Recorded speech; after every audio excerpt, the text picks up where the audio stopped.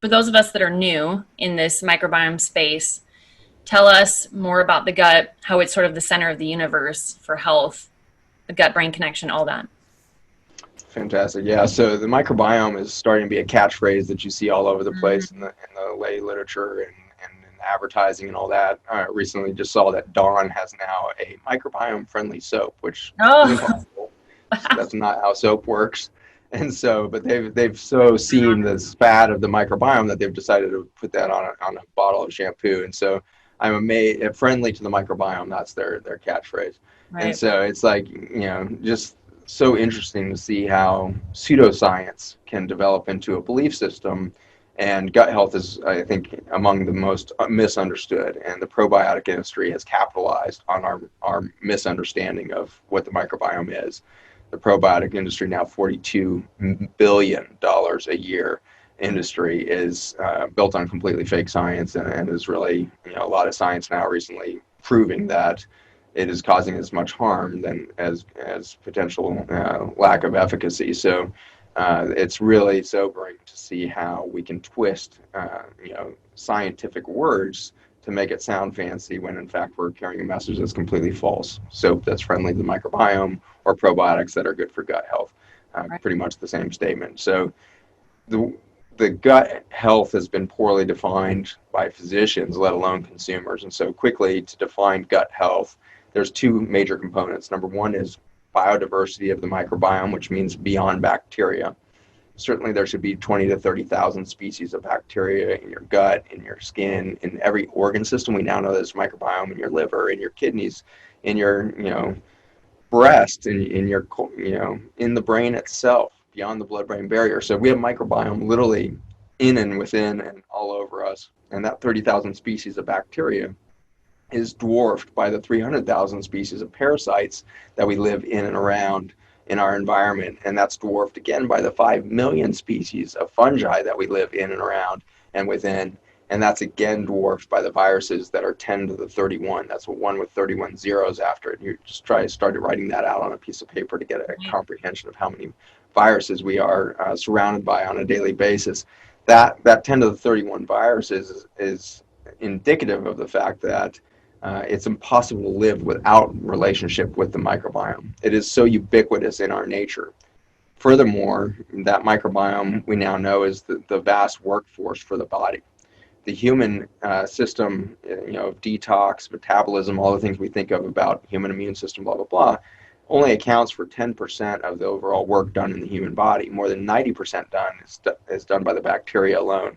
And we haven't even started to be able to really calculate how much work is being done by the enzymatic processes of fungi and viruses and beyond. So I think we're going to have to come to terms with the fact that we may only be 1%, representing the enzymatic workforce as we talk about human genome and human gene output. And so we are the minority within our own body by a severe amount.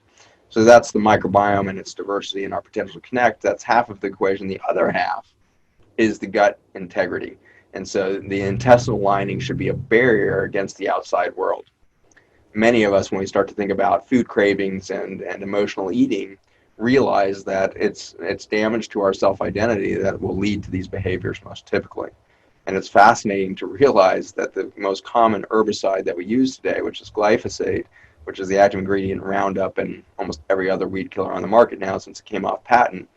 But that glyphosate molecule disrupts the Velcro that creates that healthy barrier between the outside world. And once that tight junction Velcro is damaged, you become a leaky sieve. And your immune system that sits right behind that single cell barrier suddenly is inundated with the outside world. Bacteria, fungi, all that starts to interact inappropriately. But deeper than that, even the nutrients within the kale can suddenly become noxious. And so this was the breakthrough that helped me understand, how is kale making people bloat and get irritable bowel syndrome and inflammation markers go up.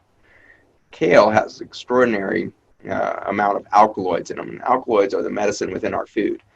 But like any pharmaceutical drug too, the medicines within our food, if unregulated and dumped into the immune system, can actually cause inflammation. So unregulated absorption of alkaloids, but even then more basic, unregulated absorption of the fiber in the kale. Soluble fiber should always come into the body insoluble fibers should really stay outside the body typically. They play a huge role in anti-cancer effects in colon and prostate and the like, but they shouldn't be hitting the immune system. And if you have a leaky gut, opens up the opportunity for some of these large molecules that should never get into the immune system to react. And so through the dumping of the outside world and the inappropriate entry of even organic compounds into your immune system, your nutrition can become your problem. And that's why we see 1 in 3 children now with nutrition sensitivities and allergies and all of this. We have over 18 million adults in the United States diagnosed with gluten sensitivity, but that number is probably only looking at 10% of those with actual diagnosed gluten sensitivity, or actual clinical gluten sensitivity. Worldwide, we might be at 300 million people now with gluten sensitivity. So we have this epidemic that rose when we disrupted self-identity at the cellular level with the introduction of the Roundup Ready crops in 1996. That's when we saw the explosion of gluten sensitivity and celiac disease and food sensitivities all around, nut allergies. If you do a food sensitivity panel, I'll bet you 80% you're going to see at least 4 of your favorite foods on that list, because your favorite foods that you consume on a frequent basis, entering a leaky gut is going to force your body to react to that avocado or whatever it is. So really, when people think, oh, I have food sensitivities, it's actually, no, it's just a glyphosate toxicity. And that's at the core of so many issues. What does someone with a massive leaky gut, what are some of those symptoms that they're experiencing compared to someone that's healthy? When I think it's clear to say almost everyone has a leaky gut issue if they've ever had anything to eat ever, because we can't escape it, right? It's everywhere. It's in our air, it's in our food, it's in the water.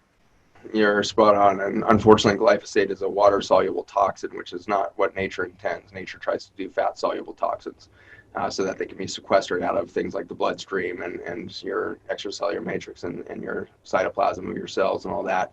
And so a water-soluble toxin that can get into every part of the water ecology does exactly as you say. We spray it on crops and soil, and yet it immediately enters that water table. And so some of that will run off into streams and then ultimately into oceans. And another set of it will run down into our fossil aquifers that are now highly contaminated.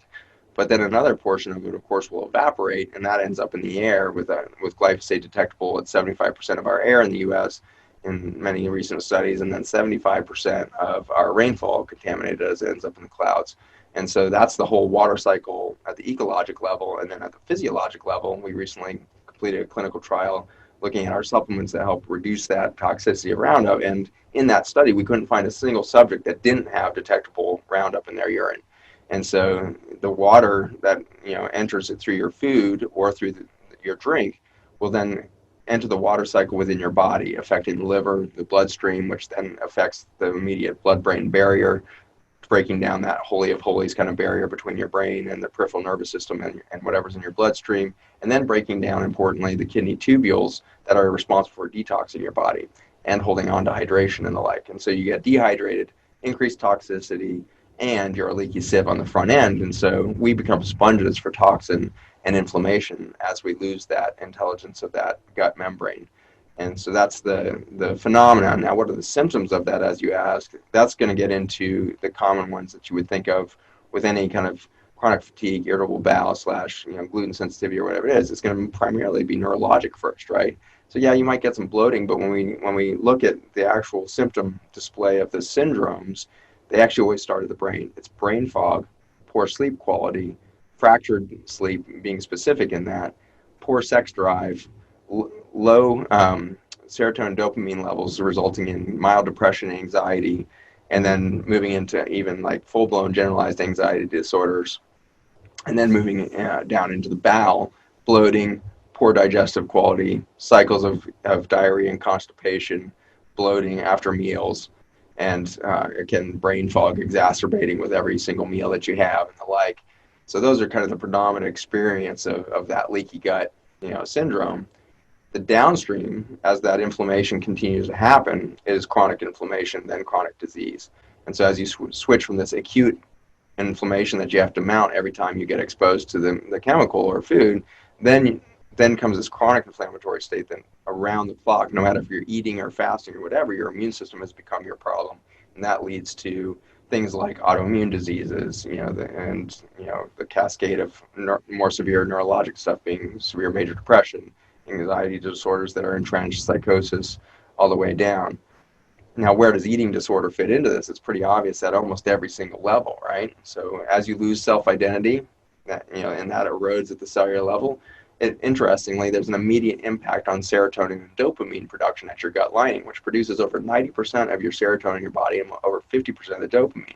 So here we are giving everybody antidepressants that are supposed to be blocking the serotonin behavior up here, when in fact the gut is why they're out of serotonin.